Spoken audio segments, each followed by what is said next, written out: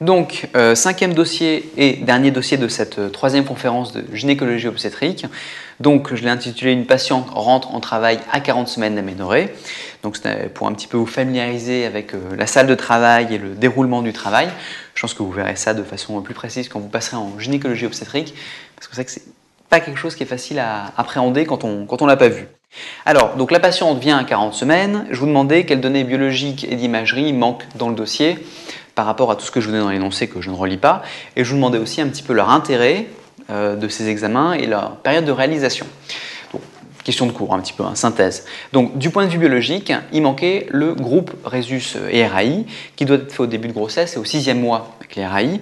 Et à quoi ça sert? C'est pour l'anesthésiste déjà, et puis ça vous permet aussi, si jamais la patiente est Rhésus négatif, de faire une prévention du Rhésus, d'accord, par l'injection de Roflac 300 vers 26-28 semaines. Et c'est le bilan pré-anesthésie. Il manquait aussi l'antigène HBS, donc recherche de l'hépatite B, qui doit se faire au 6e mois, selon les recommandations de l'HAS. Et à quoi ça sert? Ça sert à le savoir, à dire à la patiente, et puis surtout pour faire une sérovaccination à la naissance de l'enfant. Le dépistage du diabète gestationnel doit aussi être proposé entre 24 et 28 semaines d'aménorrhée, et ça permet, si jamais il est pathologique, de faire une prise en charge diététique avec un régime adapté et éventuellement une insulinothérapie et prévenir les complications du diabète à la fois pour la mère et aussi pour l'enfant, puisque vous savez que c'est la macrosomie, etc., que ça peut poser des problèmes à la naissance. L'HT21, entre 14 et 18 semaines pour dépister une haploïdie ou les marqueurs plus précoces du premier trimestre, d'accord, papa et sous-unité bêta de l'HCG. Je ne vous avais pas mis aussi le PV qui doit être réalisé au 8e mois. Ce prélèvement vaginal a une visée spécifique, très particulière, c'est de rechercher une infection à strepto-B. Si jamais il est positif, ça serait une indication à mettre une antibioprophylaxie pendant le travail. Ce n'est pas quelque chose d'obligatoire, mais de conseillé pour cette patiente ivoirienne, c'est de faire une électrophorèse de l'hémoglobine à la recherche donc d'une drépanocytose, hétérozygote chez la mère, parce que homozygote, je pense qu'elle le serait. Et c'est important pour dépister la drépanocytose chez la mère, mais aussi chez le fœtus et chez le nouveau-né. D'autant plus que le père peut aussi être hétérozygote. Donc ça c'est important à proposer, je vous conseille de le faire pour les patientes qui viennent de populations à risque. Et puis pour l'imagerie, je ne vous avais pas cité les échographies qu'il fallait bien sûr mettre. L'échographie de 12 semaines, qui est une échographie de datation avec la mesure de la clarté nucale, mais aussi une échographie où on va dépister les aneuploïdies avec mesure de la clarté nucale. Donc ça c'est l'échographie de 12 semaines. Il fallait aussi bien sûr penser à l'échographie de 22 semaines, qui est une échographie essentiellement morphologique, et l'échographie de 32 semaines, qui est une échographie essentiellement à visée de croissance, et de voir aussi la présentation du fœtus, est-ce qu'il est bien en tête, ou est-ce qu'il est en siège, ou est-ce qu'il est transverse. Bien sûr, toutes ces échographies, essentiellement la deuxième et la troisième, n'oubliez pas de regarder comment est le placenta. Ça peut être très important si jamais il est mal placé pour l'accouchement. Question numéro 2, Madame B est en travail, quelle est la définition du travail? Donc ça c'est une question de cours bête et méchante, mais qui est vraiment très importante de savoir, parce qu'on peut vraiment vous le demander. Le travail, c'est quoi? C'est une association de contractions utérines qui sont régulières et qui sont douloureuses et qui sont associées à une modification du col de l'utérus qui va se raccourcir, qui va se ramollir, qui va se centrer et qui va s'ouvrir. D'accord? Donc contraction plus modification cervicale, c'est ça qui définit le travail. Alors maintenant nous passons à la troisième question qui est une question d'iconographie. Donc là je vous présentais un examen. Donc il s'agit d'un parthogramme, donc c'est un examen qui est obligatoire à faire en salle de travail pour le suivi de l'accouchement. Ça a une valeur médico-légale. Il y a eu des recommandations récentes, il y a eu des recommandations sur sa tenue. Donc je pense qu'il faut savoir ce que c'est, il faut savoir ce que c'est qu'un parthogramme et c'est à mon avis important pour le CN. Donc, je vous demandais quelles étaient les différentes informations que vous pouvez voir sur ce parthogramme et notamment quelle était la situation obstétricale de la patiente à 4 h du matin. Donc, les horaires, vous les voyez ici, donc 23 h, 0 h, 1 h, 2 h, 3 h et 4 h du matin, donc c'était ici. Donc, il fallait regarder tout ce qui se passait à ce niveau-là, à 4 h du matin. Donc, à 4 h du matin, pour ceux qui n'ont jamais vu de parthogramme, vous avez deux lignes. Vous avez une ligne qui commence en haut et qui va descendre, et vous avez une ligne qui commence en bas et qui va monter. Ces deux lignes, pour que le travail avance favorablement et que la patiente accouche par voie basse, on dit qu'il faut qu'elles se croisent. Donc comme c'est le cas à ce niveau-là. La ligne du bas correspond à la dilatation cervicale de la patiente. Ça veut dire que ça se reporte ici et on voit 1 cm de dilatation, 2 cm à ce niveau-là, 3 cm, 4 cm, 5 cm jusqu'à 10 cm. On parle de dilatation complète quand la patiente est à 10 cm, c'est-à-dire à peu près comme ça. 10 cm parce que c'est la tête du bébé qui fait 9 cm et demi, 10 cm de diamètre. Voilà, donc quand on dit qu'une patiente est à dilatation complète, c'est qu'elle est à 10 cm de dilatation d'ouverture du col, qui correspond ici au maximum. Donc vous voyez ici que la flèche, la courbe montée, pour arriver à 10 cm au moment où elle accouchera. Là, ici, le trait du haut et qui va descendre correspond à la présentation du fœtus. La présentation du mobile fœtal, où on voit que ici, la présentation, tout est marqué ici. Donc, en fait, là, elle est appliquée. Appliquée, ça veut dire que la présentation est juste posée sur le bassin, mais qu'on peut la refouler si jamais on appuie dessus par en bas. Quand on voit ici fixée, à ce niveau-là, donc ça descend, elle est appliquée puis fixée, ça veut dire que vous imaginez le bassin comme un cocotier et puis la tête du bébé comme un œuf, et en fait ça rentre, et quand c'est fixé, ça veut dire que c'est clac, comme ça fixé, et qu'on n'arrive plus à repousser la tête du bébé en appuyant dessus. Ça c'est fixé. Puis après, on parle d'engagement. Donc d'engagement, c'est quand le plus grand diamètre de la présentation du bébé, donc de la tête, à ce niveau-là, passe le détroit supérieur. Dans ce cas-là, on parle d'engagement.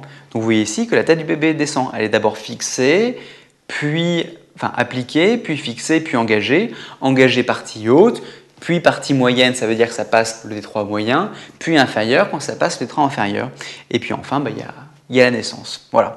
Donc, à 4 h du matin, sur cette ligne-là, vous pouvez voir que sur cette ligne, celle qui monte, eh bien la dilatation, on reporte ici sur le côté, la patiente est à 8 cm de dilatation, donc ce qui est plutôt, le travail avance bien.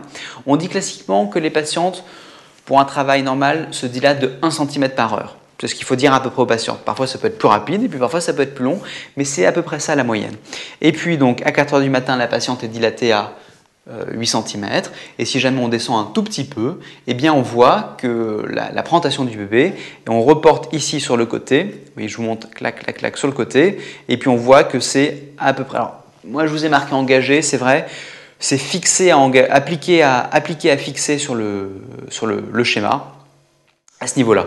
En tout cas, elle n'est pas encore engagée, d'accord, on est juste avant. Vous voyez aussi à 4 h du matin, vous descendez, vous voyez la présentation, vous voyez que la sage-femme ici a marqué, a fait le petit dessin, et en plus elle l'a marqué que la présentation est en occipito-iliaque gauche antérieure. Ça veut dire que c'est, je vous laisse vous reporter sur vos cahiers, vos cours d'obstétrique, où c'est très bien expliqué. Ça veut dire que c'est la position optimale et plus fréquente pour l'accouchement. On voit donc qu'il est à 8 cm, on voit que le liquide amniotique, la sage-femme l'a marqué, il est clair, ça veut dire qu'il n'est pas foncé, il n'est pas méconium. Donc vous voyez, elle l'a marqué ici dans col, poche des os, liquide amniotique. Vous voyez, elle a complété. Le liquide amniotique est clair à 4 h du matin.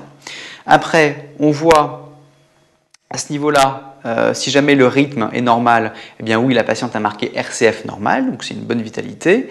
On voit ici les constantes de la patiente, donc 12,6, ça veut dire qu'elle a une bonne constante. Elle n'a pas de fièvre, et puis on voit aussi que la patiente est bien soulagée par l'anesthésie péridurale qui avait été posée, et donc il n'y a pas de... Voilà, donc plutôt tout ça est vraiment optimal. Donc maintenant on va passer, là on était à la question 4, question 3, on va passer à la question 4.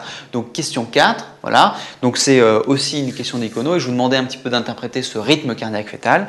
Donc pour le monito, il y a 2 choses à voir sur un monito, donc sachez-le parce que c'est tombé à l'ECN il n'y a pas longtemps, il y a 4-5 ans. Il faut connaître le rythme cardiaque fœtal, c'est le trait que vous avez au-dessus, et le trait que vous avez en dessous, ce sont les contractions utérines. Donc c'est très important de faire déjà la différence entre les deux, et de savoir citer les deux, parce que ces côtés, c'est important de faire la différence. Donc le rythme cardiaque fœtal, là vous pouvez dire que le rythme de base, c'est-à-dire vous tracez un trait comme ça, continu, qui englobe un peu tous les traits moyens, vous ne tenez pas compte des accélérations, on prend le rythme de base, et bien vous voyez que le rythme de base est à peu près à 120 battements par minute, ce qui est tout à fait normal, puisqu'il est donc compris entre 110 et 160. Vous voyez que le rythme est normo-oscillant, ça veut dire qu'il y a des petites variations comme ça en permanence, entre 5 et 15 battements par minute qui oscillent en permanence.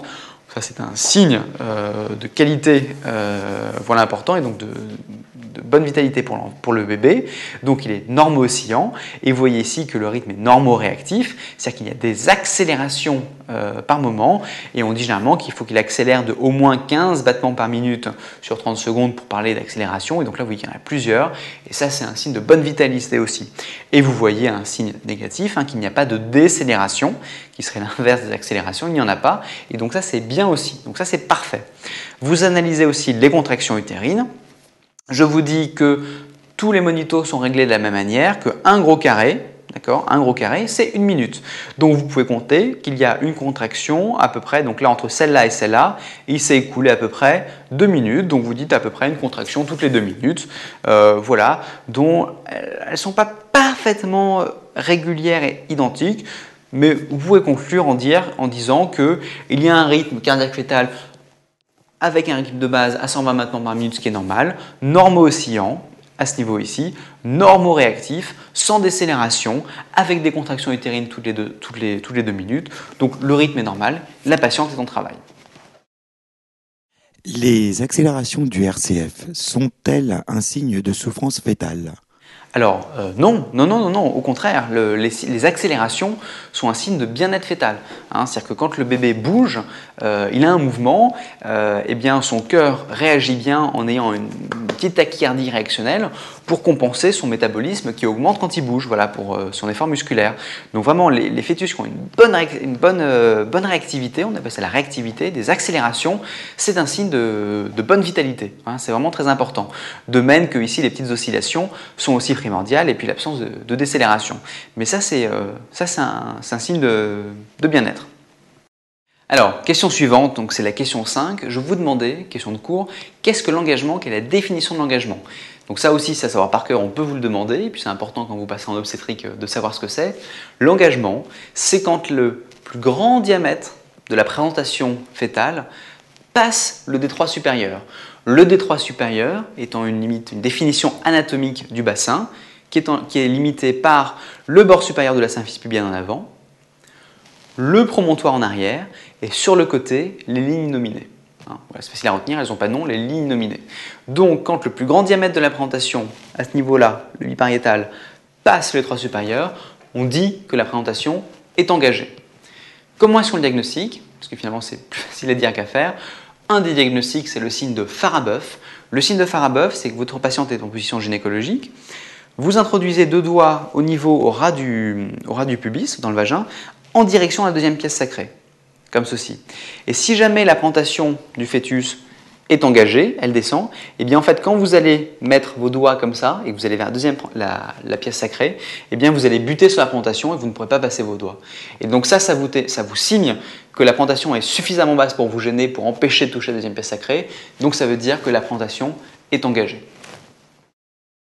Au bout de combien de temps à dilatation complète propose-t-on une césarienne pour non-progression? Alors, ça dépend des situations. Voilà, ça c'est pas une réponse. Donc il faut que vous reteniez que classiquement, on propose une césarienne au bout de 2 heures de présentation à dilatation complète sans engagement. Vous reteniez 2 heures. Donc question 6. Je vous disais que la patiente accouchait normalement, qu'elle était délivrée, et je vous demandais quel était l'aspect, si vous saviez, l'aspect d'un placenta normal après l'accouchement, après la délivrance, à terme. Alors le placenta, on parle de galette placenta, donc de placentaire, donc c'est une forme discoïde. Il y a 2 faces, une face fœtale, qui entoure, que vous voyez, on pourrait dire, le fœtus pendant la grossesse, et une face maternelle qui est contre l'utérus. Donc la face maternelle est quelque chose d'assez lisse, on peut sentir les vaisseaux et voir les vaisseaux qui cheminent à sa surface, avec le cordon ombilical qui doit être implanté au milieu du placenta. Il peut après y avoir des petites variations où il est un peu sur le côté, voire très sur le côté, on parle de placenta en raquette, d'insertion en raquette. Le cordon ombilical doit avoir 3 vaisseaux quand vous regardez. Il y a un moyen mnémotechnique pour le connaître, c'est tu as de la veine d'avoir 2 artères, c'est ce qu'il faut pour vous aider. Donc tu as de la veine, il y a une veine, c'est le gros vaisseau un peu mou, d'avoir 2 artères, donc il y a 2 artères sur les 2 petits tuyaux rigides. Vous devez regarder ça, vous devez regarder donc si jamais le cordon est bien implanté, au niveau de la face maternelle, face fétale au milieu du placenta, et vous devez regarder que le cordon est normal et que donc il y a bien une veine et 2 artères. Si jamais il y a un défaut, cela peut peut-être se traduire par des malformations au niveau du nouveau-né qu'il faudra signaler au pédiatre. Donc à regarder. Les membranes fétales, vous regardez qu'elles soient bien intactes, ça veut dire que vous les dépliez complètement et vous regardez qu'elles forment bien une poche dans laquelle était contenu le bébé, vous vérifiez qu'il n'y a rien qui manque. Et les membranes fétales sont constituées de 2 membranes qui sont l'amnios et le chorion. Vous verrez qu'on peut examiner, vous prenez le feuillet puis vous pouvez le séparer en 2 comme ça avec 2 membranes très très fines. Si jamais vous retournez le placenta après avoir vu ça, vous tombez sur la face maternelle et au niveau de la face maternelle, vous verrez ce qu'on appelle des cotylédons. Et pareil, quand vous observez ce placenta comme ça, vous devez regarder qu'il n'y ait pas des cotylédons qui manquent parce que parfois pendant la délivrance, il y a un cotylédon qui peut rester coincé dans l'utérus et ça peut entraîner des hémorragies de délivrance parce qu'en fait le placenta, l'utérus, quand il a eu l'accouchement de délivrance, il se retrouve vide et ce qu'il fait, c'est qu'il va se contracter, comme ça, il va se contracter. Et en se contractant, il va chasser le sang qui est encore dans l'utérus, mais il va aussi éviter qu'il se mette à saigner. Et si jamais il reste à l'intérieur de l'utérus des membranes ou un cotylédon, eh bien ça va sidérer l'utérus qui ne va pas réussir à se contracter et ça peut être une source d'hémorragie de délivrance. Et donc dans ce cas-là, si jamais, juste après l'accouchement, même si jamais la patiente ne saigne pas, que vous constatez qu'il manque des bouts de membrane, qu'il manque un cotylédon ou si jamais vous avez un doute, ne serait-ce qu'un doute, et bien dans ce cas-là, tout de suite, vous faites une révision utérine. Ça veut dire que vous allez aller chercher dans l'utérus avec votre main, que vous avez recouvert d'un gant, bien sûr, vous allez rechercher et contrôler que tout est bien vide et retirer éventuellement le cotylédon et les membranes pour que l'utérus puisse bien se contracter et limiter les saignements. Donc c'est ce qu'il faut regarder, c'est vraiment primordial, vous verrez quand vous passez en obstétrique, on vous montrera. Question 7, qui était la dernière question. Je vous demandais quels seront, sans détailler, les principes de prise en charge en suite de couche de la patiente. Alors, bien sûr, il y a d'abord la surveillance de la patiente. On surveillera le globe utérin, ça veut dire la contraction de l'utérus. Si jamais vous palpez, vous sentirez vraiment une boule très très dure juste en dessous de l'ombilic. Et cette boule doit être très très dure, on appelle ça le globe utérin. Et vous contrôlez qu'il est bien tonique, parce que si jamais il se relâche, eh bien, ça peut être un signe éventuellement et favoriser une hémorragie de la délivrance. Vous allez surveiller les loquis, c'est-à-dire les écoulements qui vont persister pendant plusieurs jours. Vous allez surveiller la température de la patiente et examiner ses seins pour vérifier qu'il n'y ait pas de crevasse, qu'il n'y ait pas d'engorgement, de lymphangite ou d'autres complications. Donc ça, c'est la surveillance standard de la patiente qui est en suite de couche. Vous allez éduquer la patiente concernant l'allaitement si jamais elle souhaite allaiter, et les soins du nouveau-né. Donc c'est éducation, surveillance, éducation. Vous allez organiser la prise en charge sociale, socio-éducative de la patiente. Vous allez ne pas oublier, et ça c'était primordial, il fallait penser à revenir à l'énoncé, à la vaccination rubéole avant la sortie. Attention, était rubéole négative, donc pensez à vacciner la mère, et à vacciner pour l'hépatite B si jamais ce n'est pas fait. Si jamais la patiente n'est pas vaccinée pour l'hépatite B, vous lui proposez de la vacciner. Et n'oubliez pas que si jamais la patiente est antigène HBs positif, ça veut dire que si jamais elle a l'hépatite B, eh bien vous allez vacciner le bébé pour éviter qu'il se contamine par la mère ou par l'entourage de la patiente qui ont peut-être aussi l'hépatite B. N'oubliez pas. Vous ferez le test de Guthrie au 3e jour avec le dépistage de la drépanocytose, car c'est une population à risque. N'oubliez pas que le dépistage de la drépanocytose dans le Guthrie n'est pas systématique, mais rajouté quand les patientes appartiennent à une population à risque. Et enfin, vous allez informer la patiente sur la contraception du postpartum, c'est primordial. Oui, une question d'ordre général. Pouvez-vous rappeler les indications de dépistage du diabète gestationnel ainsi que les nouveaux critères de diagnostic? Alors, en effet, c'est une bonne question. Je vais vous répondre sur les gros points, ce qu'il faut connaître. Après, je vous invite vivement à aller vous reporter sur les recommandations qui ont été émises par l'HAS, qui sont très très très bien faites, assez claires. Voilà, alors moi je vais vous en parler un petit peu avant pour vous faciliter le travail. Le dépistage du diabète gestationnel, il doit être effectué chez les patientes à risque entre 24 et 28 semaines d'aménorrhée. Les patientes à risque, vous allez leur proposer le dépistage entre 24 et 28 semaines d'aménorrhée.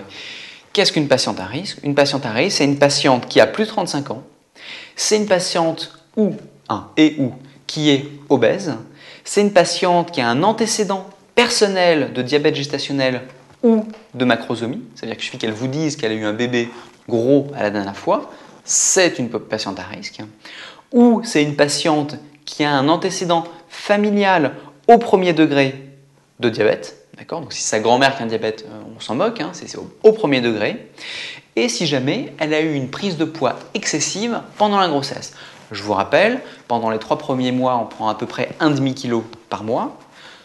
Pour les 3 mois suivants au deuxième trimestre, on prend à peu près 1 kg par mois. Et pour le troisième trimestre, on prend à peu près 2 kg par mois. À peu près. Donc une prise de poids excessive peut aussi être un signe de diabète gestationnel. Et donc à ces patientes, vous allez leur proposer et leur faire, d'accord, parce qu'elles sont à risque, entre 24 et 28 semaines, le dépistage du diabète qui comporte 3 mesures, une glycémie à jeun, une glycémie à jeun, puis après avoir pris 75 g de glucospérose, on lui fera une glycémie à H1 et une glycémie à H2. Les seuils à connaître sont glycémie à jeun 0,92 g. D'accord, 0,92 g. Glycémie à H1, 1,80 g. Glycémie à H2, 1,56 g. Si jamais une seule suffit, une de ces 3 mesures est supérieure à ce que je viens de vous dire, et bien dans ce cas-là, vous parlez de diabète gestationnel et dans ce cas-là, vous rentrez dans la prise en charge que vous connaissez, qui sont éducation, sur l'alimentation, sur l'hygiène de vie. Et éventuellement, si jamais elle n'arrive pas à équilibrer, à atteindre les objectifs glycémiques fixés par la diététicienne, et peut-être qu'il faudra passer à l'insulinothérapie. Les patientes qui sont ces patientes-là, si jamais vous les voyez suffisamment tôt, eh bien vous pouvez aussi leur proposer une glycémie à jeun au premier trimestre, au moment où vous les voyez. Là, en fait, ce que vous allez faire, c'est que vous n'allez pas vraiment rechercher un diabète gestationnel, vous allez plutôt rechercher si ces patientes qui sont à risque de diabète gestationnel n'auraient pas finalement un diabète de type 2 qu'on ne connaîtrait pas. D'accord? Et donc c'est pour ça que vous allez rechercher une glycémie à jeun, avec la définition de glycémie à jeun qui est 1,26 g à jeun, d'accord? Vous allez rechercher au premier trimestre chez ces patientes si jamais elles n'ont pas un diabète de type 2 et le prendre en charge après avec l'éducation, etc. de façon très précoce. Mais si jamais vous ne le faites pas, pensez à le faire entre 24 et 28 semaines, sachant que si jamais vous voyez ces patientes qui sont très tôt, c'est-à-dire vous faites une glycémie à jeun au premier trimestre, et bien même si jamais le résultat est normal, refaites le dépistage à 24-28 semaines. D'accord? Voilà. Donc c'est ça qu'il faut savoir. C'est une patiente qui a un risque, et je vous ai dit les risques, hein, l'âge, l'obésité, l'antécédent personnel et familial, la macrosomie. Dans ce cas-là, vous proposez à 24-28 semaines le dépistage, mais vous pouvez aussi proposer une glycémie à jeun au premier trimestre, et même si jamais cette glycémie à jeun, vous referez à 24-28 semaines le dépistage du diabète. Après, pour les autres patientes, ça veut dire celles qui ne sont pas à risque, c'est-à-dire qui ont moins de 35 ans, qui n'ont pas d'antécédents familiaux ou personnels, qui n'ont pas d'antécédents de macrosomie, eh bien, si elles le désirent, elles peuvent aussi bénéficier du dépistage du diabète gestationnel. Mais ce n'est pas à leur proposer de façon obligatoire et à leur faire. Voilà. En revanche, on vous le reprochera si jamais celles qui sont à risque, vous ne le faites pas. Voilà, écoutez, c'est la fin du dossier. Je vous remercie.